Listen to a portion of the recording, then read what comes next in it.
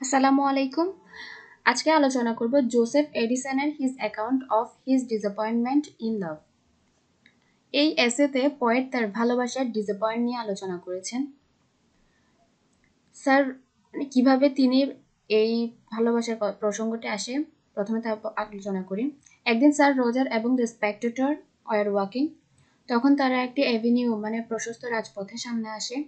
তখন স্যার রজারের মনে ওঠে তার সে লাভ উইডোর কথা, যার প্রেমে একসময় তিনি পড়েছিলেন।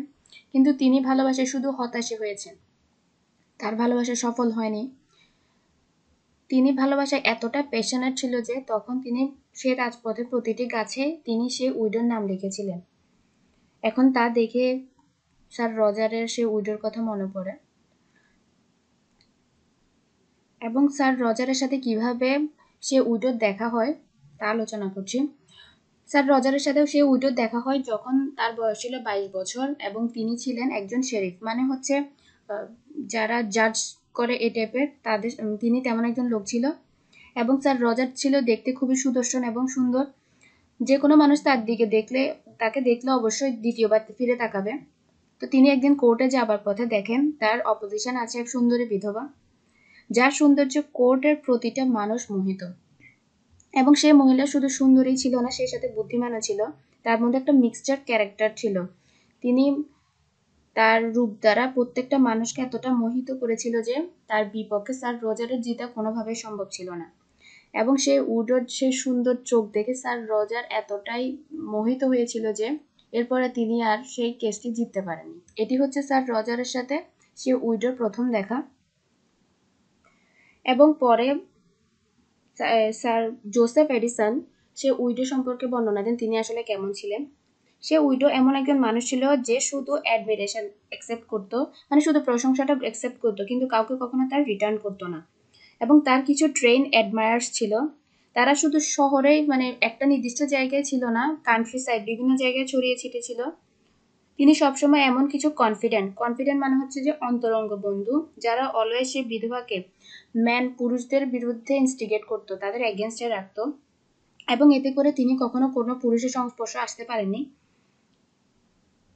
একদিন একজন বলল যে স্যার রজার সম্পর্কে এই বিধবা সবচেয়ে বেশি জানে। এবং সে উইডো মনে করতেন যে স্যার রজার হচ্ছে সবচেয়ে বেশি মজাদার এবং মানবিক লোক। এবং আসলে এটা সত্যি কথা ছিল না। তখন স্যার রজার খুবই এনকারেজড হয় এবং তিনি চিন্তা করেন যে তিনি সেই উইডোর সাথে দেখা করবে।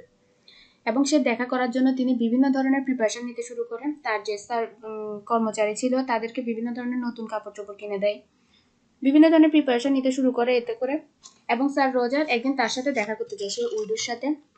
সেখানে যাওয়ার পর সে উইডোর সৌন্দর্যে এতটা মুগ্ধ হয় যে তিনি পাজল হয়ে যায়, কিছুই বলতে পারে না। তখন সে সুন্দরী বিভিন্ন বিষয়ের উপর স্পিচ দিতে থাকে, প্রিটেনশন অফ লাভ, অনার, এসব বিষয়ের উপর। সে উইডোটা শুধু সুন্দরী ছিল না, বুদ্ধিমতীও ছিল, এটা তার দ্বারা বোঝা যায়। সেই স্পিচে উইডোর কনফিডেন্ট দেখে স্যার রজার মুগ্ধ হয়ে শুধু তাকিয়েছিল। স্যার রজারের কাছ থেকে আনসার চাওয়া হয় যখন সে টোটালি সাইলেন্টই ছিল। এবং এতে করে সকলে তার উপর হাসতে থাকে, এমন স্যার রজারের এমন একটা বিহেভিয়ারে। শুধু তাই নয়, স্যার রজার আরো আধা ঘন্টা সময় ধরে সাইলেন্টলি বসেছিল এবং পরে সে স্থান ত্যাগ করে। এরপর স্যার রজারের সাথে সেই বিধবার অনেকবার দেখা হয় এবং প্রতিবারই স্যার রজারের সাথে যখনই তার সেই মহিলার দেখা হতো তিনি বিভিন্ন বিষয়ে আলোচনা করতো, কিন্তু সেই বিষয়গুলো স্যার রজার অবগত থাকতো না। এবং সেই বিষয়গুলো অবগত না থাকার কারণেই এই উইডো এই বিধবা মহিলা তার তার ভালোবাসা তার কাছ থেকে দূরে সরে যায়। তিনি আস্তে আস্তে ওই মহিলাকে অ্যাভয়েড করা শুরু করে। কিন্তু তখন স্যার রজার মনে করতো যে যদিও সেই মহিলা অনেক বেশি সুন্দরী ছিল, কিন্তু তিনি অনেক বেশি ক্রুয়াল এবং হার্ড হার্টেড ছিল।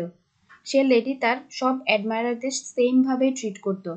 এই ঘটনা স্যার রজারকে এতটা ইফেক্ট করে যে তিনি আর কখনো নিজের ফিলিংস এক্সপ্রেস করেনি।